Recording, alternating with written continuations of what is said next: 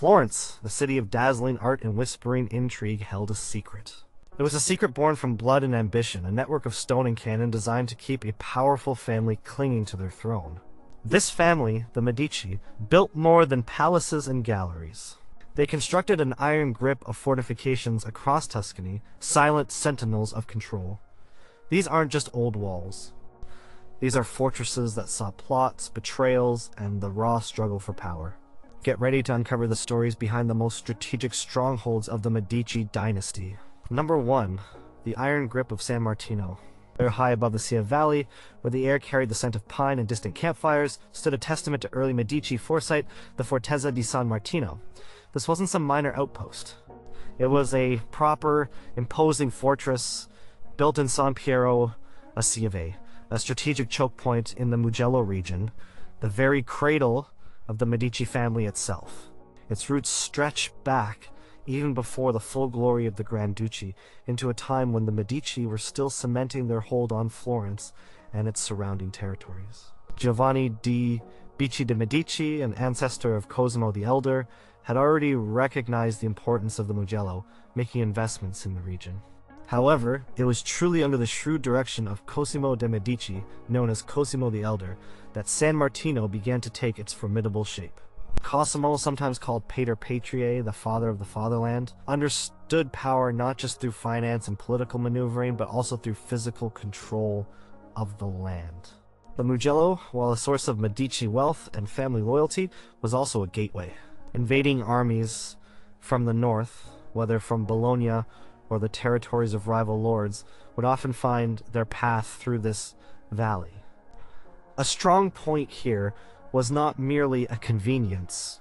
It was a necessity for the security of Florence itself. Construction began in the 1440s, a period of simmering tensions and shifting alliances in the Italian peninsula. The fortress was designed not just as a defensive structure, but as a symbol, a clear declaration of Medici authority in a region where local barons still held considerable sway.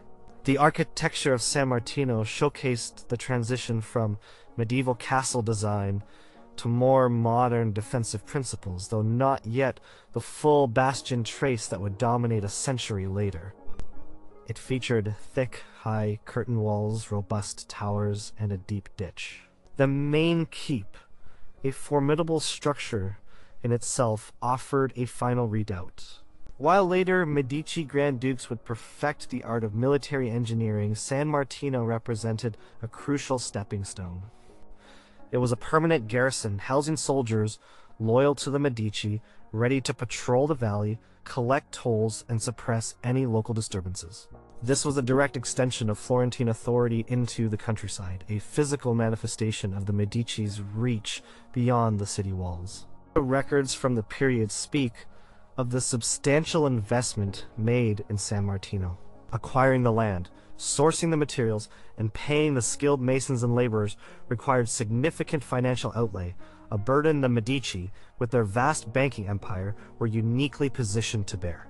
Stone was quarried locally, wood for scaffolding and internal structures came from the surrounding forest, and craftsmen traveled from Florence and other towns. The construction was overseen by trusted Medici agents, ensuring that the fortress was built to their exacting standards and remained loyal to their interests. The local population, while sometimes pressed into labor or contributing resources, also saw the fortress as a source of employment and, in times of genuine threat, a potential refuge. San Martino played a quieter but no less critical role than some of the later, more famous fortresses. It was rarely subjected to grand sieges or dramatic battles. Instead, its power lay in its mere existence. It acted as a deterrent. Knowing that a strong, well-garrisoned fortress commanded the Sia Valley often made potential aggressors reconsider their routes or tactics. It controlled vital lines of communication and supply, protecting the agricultural heartland of the Mugello, which provided sustenance for Florence. It ensured the loyalty of the Mugello to the Florentine Republic, and by extension to the Medici family, who increasingly embodied that republic. The fortress also served as an administrative center. It was a place where justice was dispensed, taxes were collected, and orders from Florence were disseminated. A Florentine governor, appointed directly by the Medici, resided within its walls, acting as the eyes and ears of the ruling family in the region. This dual role, military and administrative, strengthened the Medici's grip. It meant that even in the absence of open conflict, the fortress was constantly active, reinforcing their presence and authority. Local disputes that might otherwise escalate into regional conflicts were often settled under the watchful eye of the San Martino garrison, its walls a silent reminder of the power backing the governor's decisions. One particular incident highlights its subtle importance. In the 1470s, during the tumultuous period leading up to the Pazzi conspiracy, the stability of the Florentine dominion was under constant strain. External powers, particularly the papacy and various rival Italian states, sought to destabilize the Medici's rule. While the conspiracy itself unfolded in Florence, the regional control exerted by strongholds like San Martino was vital in preventing wider revolts in the countryside.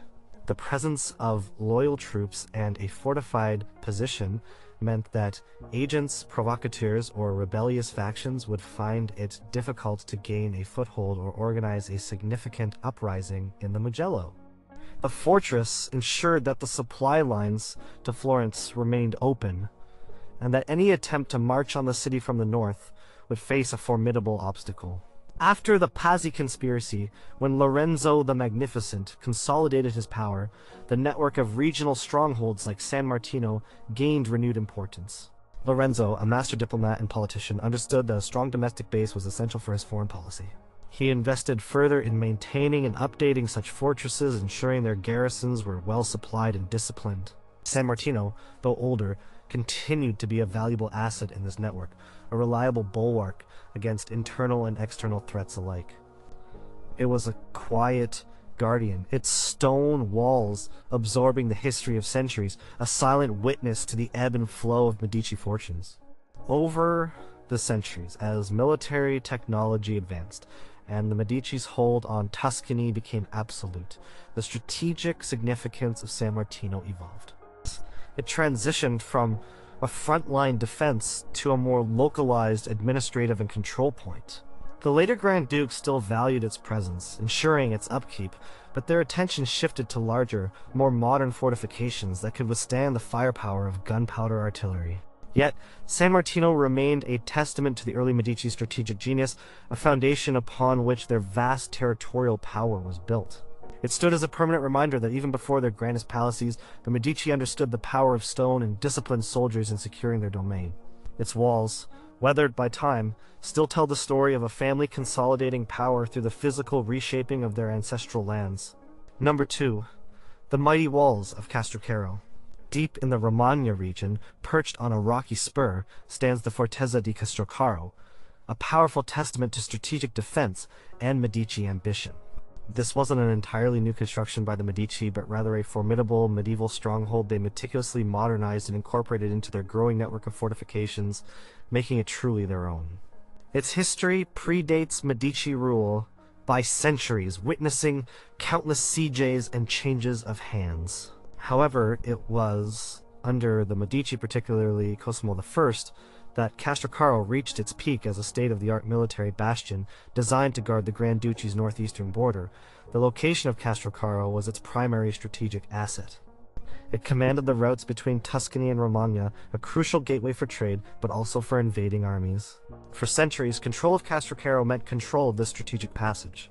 When Cosimo I de' Medici, Duke of Florence, and later Grand Duke of Tuscany, set his sights on consolidating his territorial claims and securing his borders, Castrocaro became a priority. He understood that a strong, secure frontier was vital for the stability and prosperity of his nascent state. The region was prone to conflicts with the Papal States and other minor Italian lords, making a robust defense essential. Cosimo I, a ruler with a keen interest in military matters, and an understanding of advanced artillery warfare, invested heavily in transforming the medieval castle into a modern fortress. This was not a superficial renovation. It involved extensive engineering work, incorporating the latest defensive principles. He brought in skilled military architects and engineers, men who understood the science of bastions, ravelins, and gun emplacements. The medieval walls were thickened, redesigned to absorb cannon fire rather than merely deflect it. New, lower-angle bastions were added, allowing for flanking fire and creating deadly killing zones for attackers. The sheer volume of stone and earth moved for these transformations was immense, a testament to Cosimo's commitment. The fortress complex is divided into three main parts: the Girone, the Rocca, and the Cittadella, each designed to provide mutual support and layered defense. The Girone, the oldest part, still retained some of its medieval character, but its defenses were reinforced. The Rocca, or keep, was the heart of the fortress, providing a final, almost impregnable refuge. The Cittadella, the most modern section, featured advanced bastion defenses, specifically designed to counter artillery. This multi-layered design meant that even if one section fell, the others could continue to resist, making a full conquest incredibly difficult and costly for any attacker. The cost of these extensive renovations was substantial. Cosimo I was notoriously meticulous about finances, yet he spared no expense when it came to his military infrastructure. Funds were drawn from the Grand Ducal treasury, often supplemented by revenues from the very lands Castrocaro was designed to protect. Local labor was employed, often under duress, alongside skilled Florentine masons and engineers. The work was long and arduous, continuing for decades. The fortress became a symbol not just of Medici power, but also of their technical prowess in military engineering. Life within the fortress was harsh but disciplined.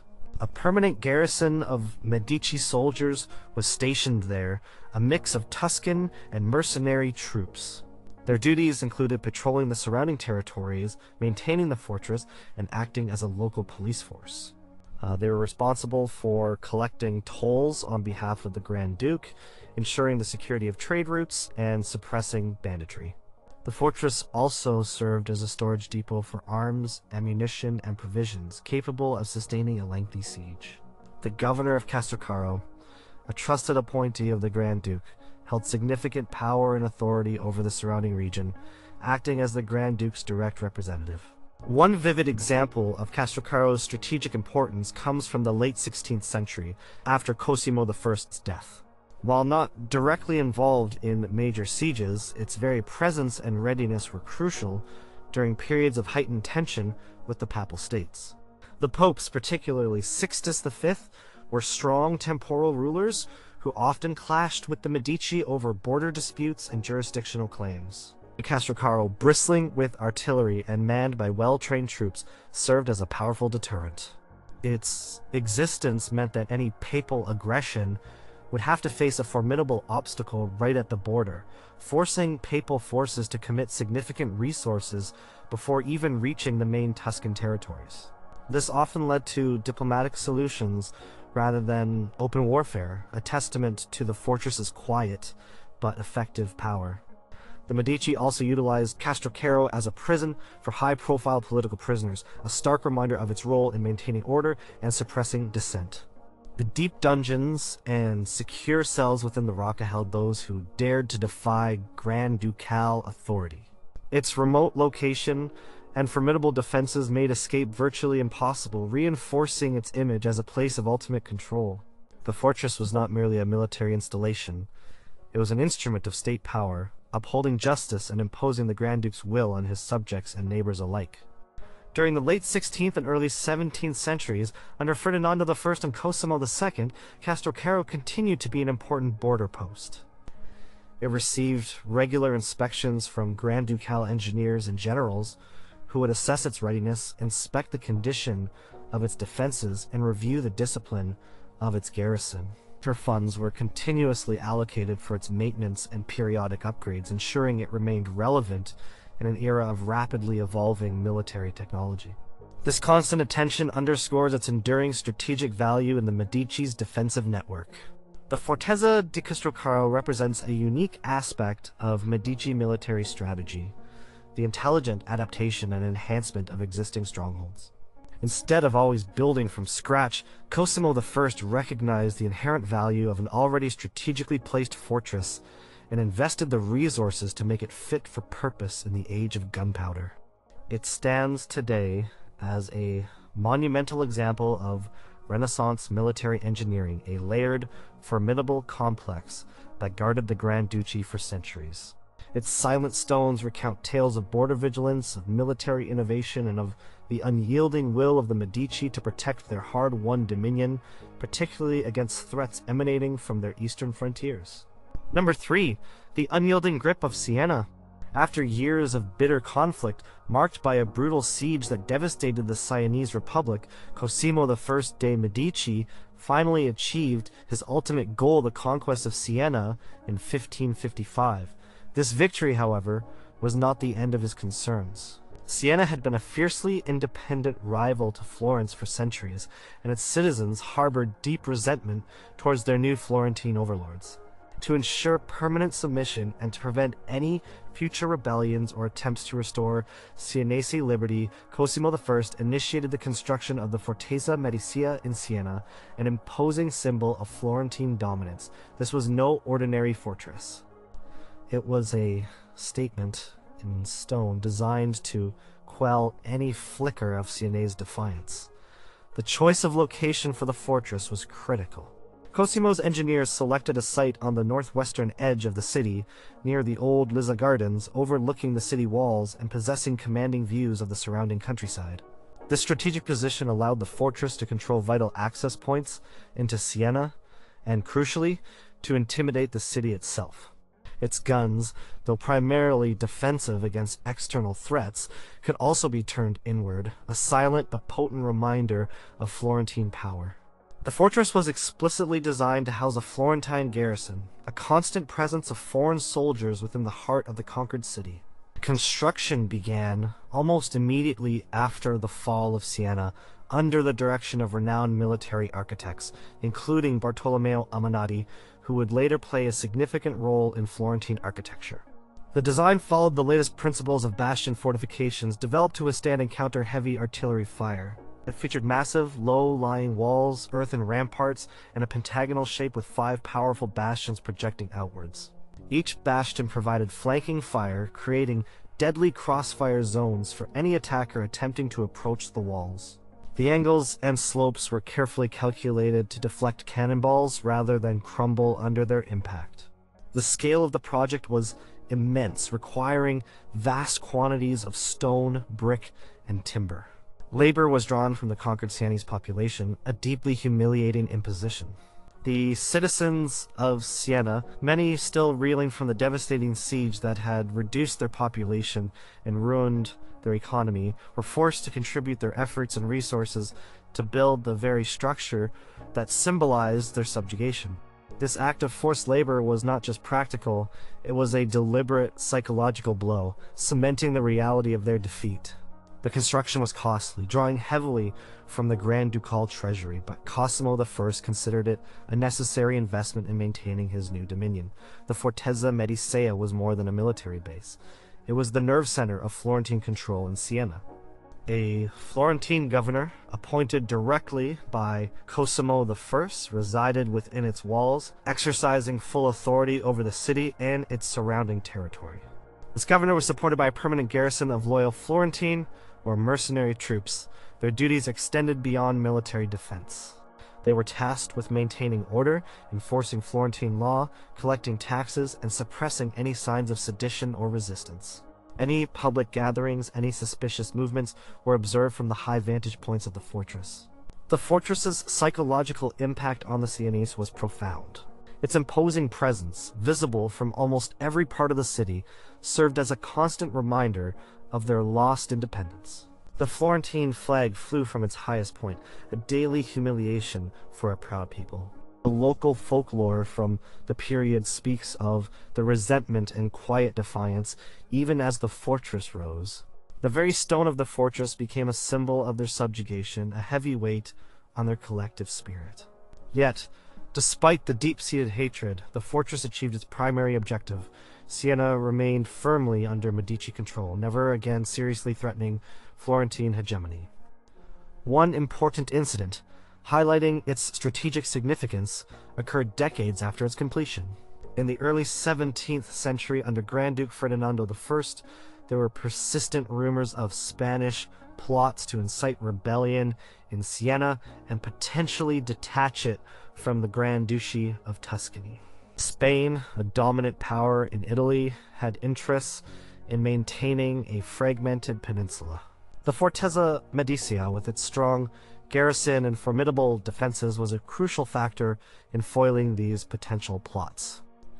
The Spanish knew that any attempts to instigate an uprising would immediately face the overwhelming power of the fortress, making such endeavors too risky and likely to fail. The fortress's mere existence helped to stabilize the region and deter external interference, ensuring Siena remained firmly within the Grand Ducal fold. The fortress also played a role in Cosimo I's broader vision for the Grand Duchy.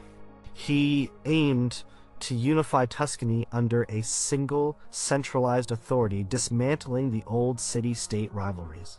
Siena, a traditional rival, represented a significant challenge. By building such a powerful and permanent military presence, he effectively dissolved Siena's independent military capacity and integrated it fully into his new state.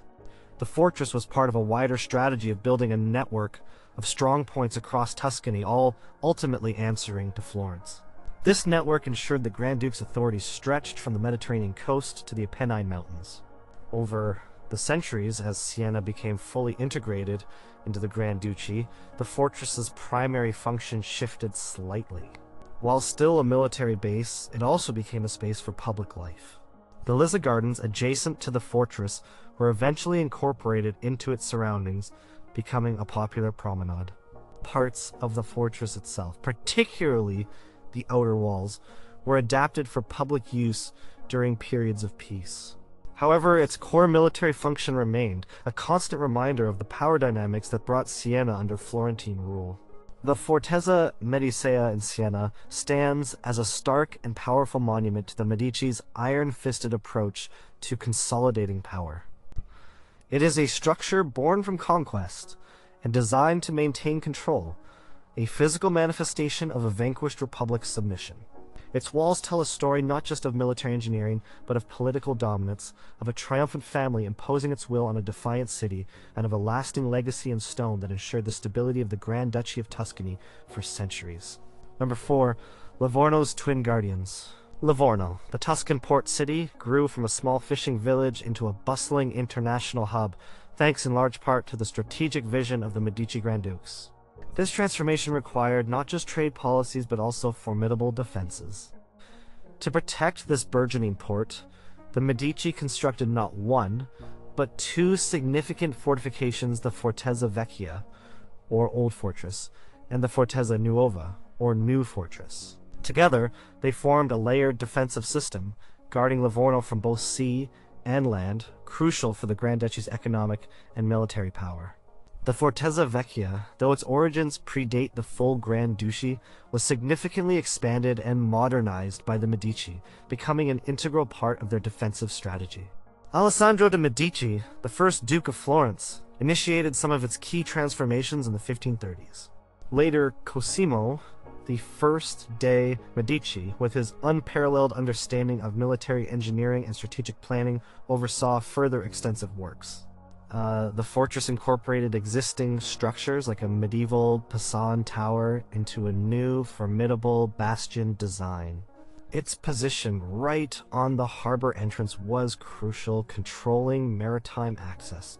The Fortezza Vecchia was a prime example of the Tres Italian, the Italian style of fortification designed to counter artillery. Its walls were thick and angled, built to deflect cannon fire. Bastions projected outwards, allowing for deadly flanking fire to protect the curtain walls. The fortress was a complex of interconnected courtyards, barracks, and storage areas designed to house a large garrison and withstand a prolonged siege. Its cannons commanded the harbor, capable of sinking enemy ships or deterring pirates.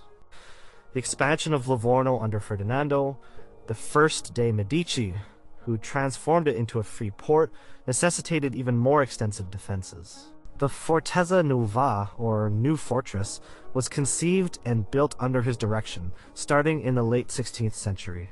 It was an even more ambitious project than the Fortezza Vecchia, designed to protect the expanding city from land-based attacks and to provide a second layer of defense. Situated inland from the Fortezza Vecchia, it encompassed a large area, essentially creating a fortified city within a city.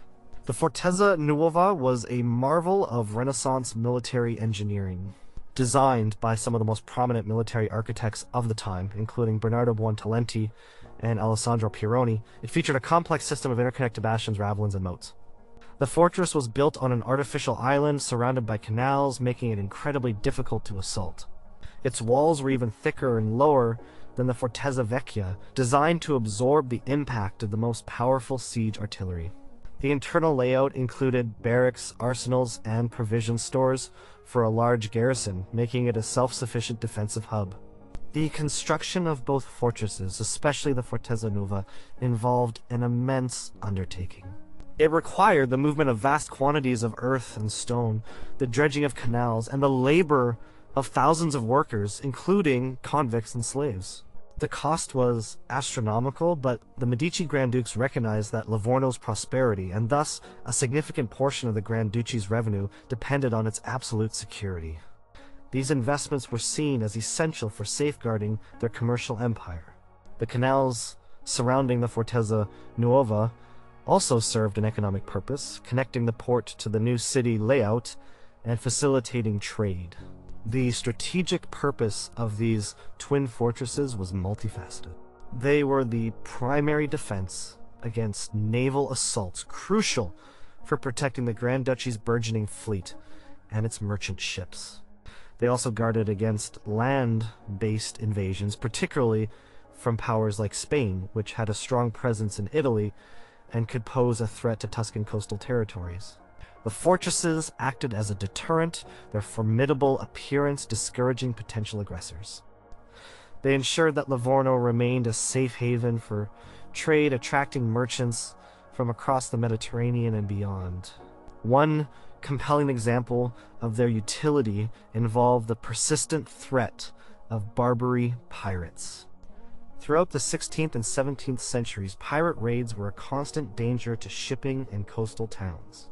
While the Grand Ducal Navy, the Knights of St. Stephen, actively combated piracy on the open seas, the Livorno fortresses provided essential protection for the port itself. Ships could safely anchor within the harbor, protected by the fortress's powerful cannons. Any pirate vessels daring to approach Livorno would face overwhelming firepower, ensuring that the city's wealth and its inhabitants remained secure from these marauders. The fortresses also served as important logistical centers for the Grand Ducal fleet. The docks and arsenals within their protected zones were where warships were built, maintained, and armed. Supplies for naval expeditions were stored within their secure walls. This integration of naval power with fixed fortifications allowed the Medici to project their authority both on land and at sea, safeguarding their maritime interests. The Fortezza Vecchia, with its direct harbor access, was particularly important for this naval support role, serving as a base for galleys and later sailing ships. Beyond their military functions, the fortresses played a role in the administration and control of Livorno. The military governors resided within their walls, exercising authority over the port and its growing population. They oversaw the enforcement of Grand Ducal laws, particularly those related to customs and trade. The fortresses were also used as secure prisons for state enemies and important captives, underscoring their role in maintaining order and Grand Ducal authority. The enduring legacy of the Livorno fortresses is seen in the city's continued prosperity through centuries. They were not merely defensive structures, they were the guardians of a commercial empire, the silent partners in Livorno's transformation into one of Europe's most important free ports. The Fortezza Vecchia, with its rugged, ancient core blended with Renaissance additions, and the Fortezza Nuova, a sprawling masterpiece of military engineering, stand as enduring symbols of the Medici's strategic genius and their commitment to building a secure and prosperous Grand Duchy. They protected the wealth that flowed into Medici coffers and allowed the family to maintain their influence in a complex European landscape. Number 5. The Star of Florence. Being perched high on the hill of San Giorgio, overlooking the magnificent city of Florence and the Arno River, stands the Forte di San Giorgio, more famously known as Forte Belvedere. This wasn't merely a defensive structure, it was a jewel in the Medici crown, a strategic masterpiece commissioned by Grand Duke Ferdinando I de' Medici. Built between 1590 and 1595, the Forte represented the pinnacle of Renaissance military engineering, combined with a subtle display of Medici power and artistic sensibility. It wasn't just designed to keep enemies out, it was also intended to keep Florence and its sometimes rebellious citizens in check. Ferdinando I, a shrewd and pragmatic ruler, understood the lessons of the past.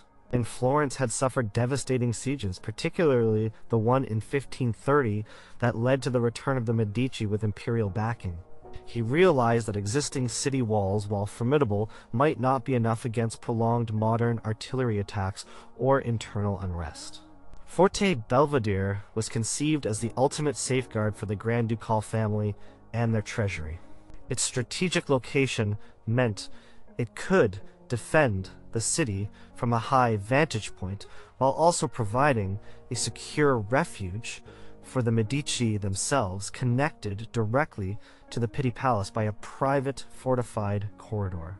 The design of Forte Belvedere was entrusted to Bernardo Buontalenti, one of the most brilliant and versatile architects and engineers of the late Renaissance. Buontalenti, a polymath in the truest sense, was known for his innovative military designs, his artistic flair, and his ability to integrate form and function. He designed the Forte as a regular pentagonal star, a classic example of the Tres Italian or Italian style of fortification. Each of its 5 bastions projected outwards, allowing for deadly interlocking fields of fire, making it virtually impenetrable to direct assault. The walls were massive, sloped, and built to absorb cannon fire, incorporating earthworks and thick stone revetments. The fortress overlooked the city from its commanding position, providing unparalleled views and, more importantly, strategic control. From its bastions, the entire city of Florence was visible, right down to its central squares and most important buildings. This visual dominance was a deliberate choice. While the primary purpose was external defense, the psychological impact of having a heavily armed fortress overlooking the city, capable of bringing its formidable artillery to bear on any point within the walls, was immense. It was a clear message to any internal dissenters or potential rebels: the Medici were secure, and their power was absolute. Building Forte Belvedere was an enormous undertaking. The sheer volume of earth moved and stone quarried was staggering. Thousands of laborers, including convicts and soldiers, toiled for years. Stone was brought from nearby quarries, timber from the Apennines. The cost was immense, draining significant resources from the Grand Ducal treasury, but Ferdinando I deemed it a necessary investment for the long-term security of his dynasty and his capital. The construction process itself was a feat of engineering, with inclined ramps and clever lifting mechanisms used to transport materials up the steep hill. The Forte was designed to be self-sufficient during a siege. It contained extensive barracks for a large garrison, a well, storage magazines for gunpowder and provisions, and even an underground tunnel system.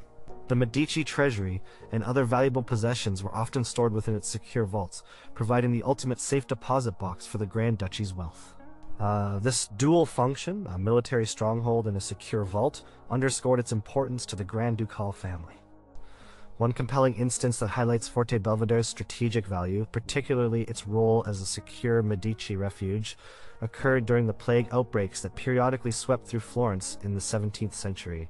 While the city below suffered, the Grand Ducal family, including Cosimo III, could retreat to the isolated, high-altitude security of the Forte Belvedere. Its natural isolation, combined with strict quarantine measures enforced by its garrison, provided a relatively safe haven. This allowed the continuity of government and ensured the survival of the ruling line during times of widespread disease and panic. It demonstrated the forte's function beyond just military defense as a place of dynastic preservation. The forte was also crucial for the Grand Duchy's overall defense network. It commanded the routes leading into Florence from the south and southwest, effectively guarding the capital against approaches from Siena or the Valdarno. Its garrison could quickly deploy to intercept threats or reinforce other defensive positions. It acted as the central command post for the defense of Florence, with a resident military governor who reported directly to the Grand Duke. This integration into a broader system of fortresses from Livorno to Castrocaro ensured a comprehensive defense of the entire Grand Duchy. Over the centuries, as the threat of internal rebellion waned and new military technologies emerged, Forte Belvedere's primary function shifted. While still a military property, its role as a purely offensive, defensive structure lessened. It became a prestigious military academy, a place for ceremonial functions, and eventually a popular public park with its breathtaking panoramic views. However, its original purpose to symbolize and enforce Medici dominance and to secure their wealth and family remained etched in its formidable stone. Forte Belvedere stands as a testament to the Medici strategic brilliance and their unyielding desire for security and control.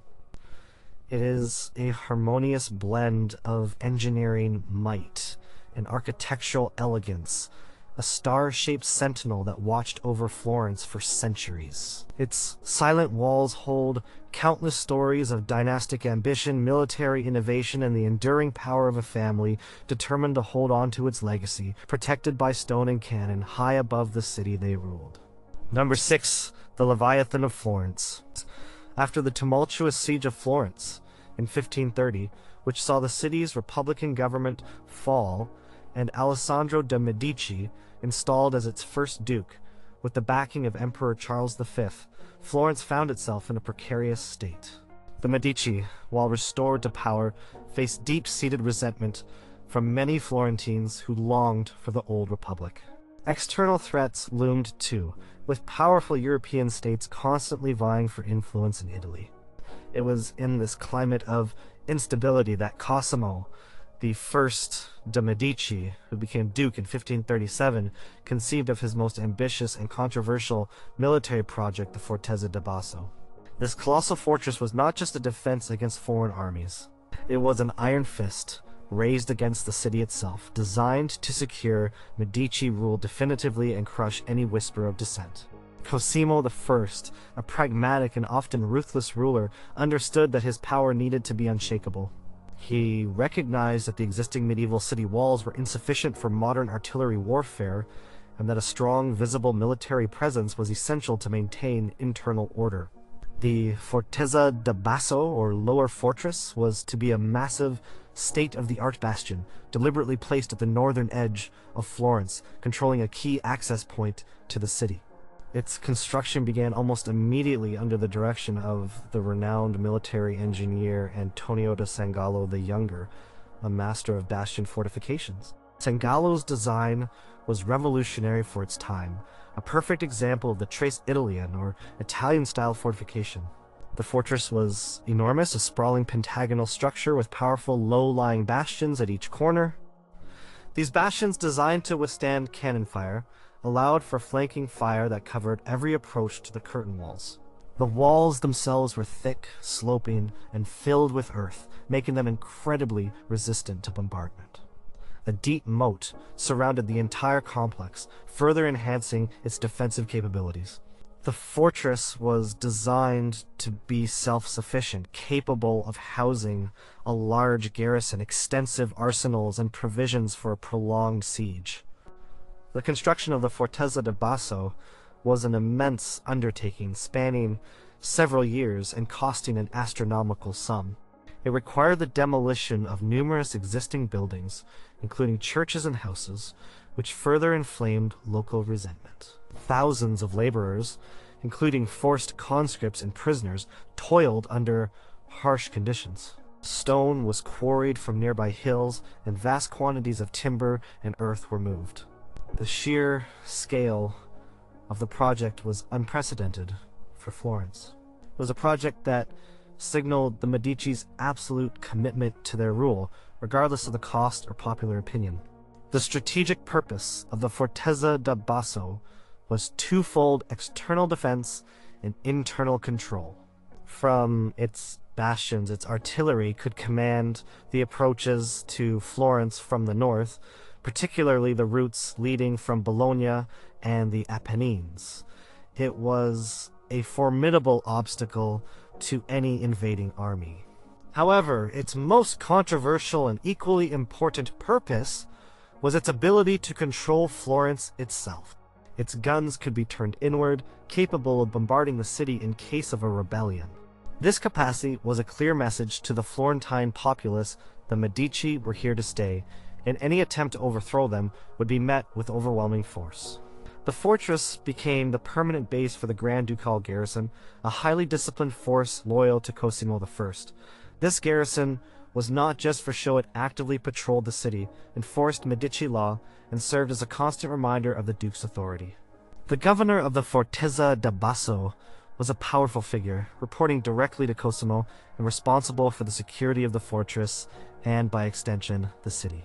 The presence of the fortress fundamentally altered the relationship between the rulers and the ruled in Florence, moving it decisively away from the old republican ideals towards an autocratic state.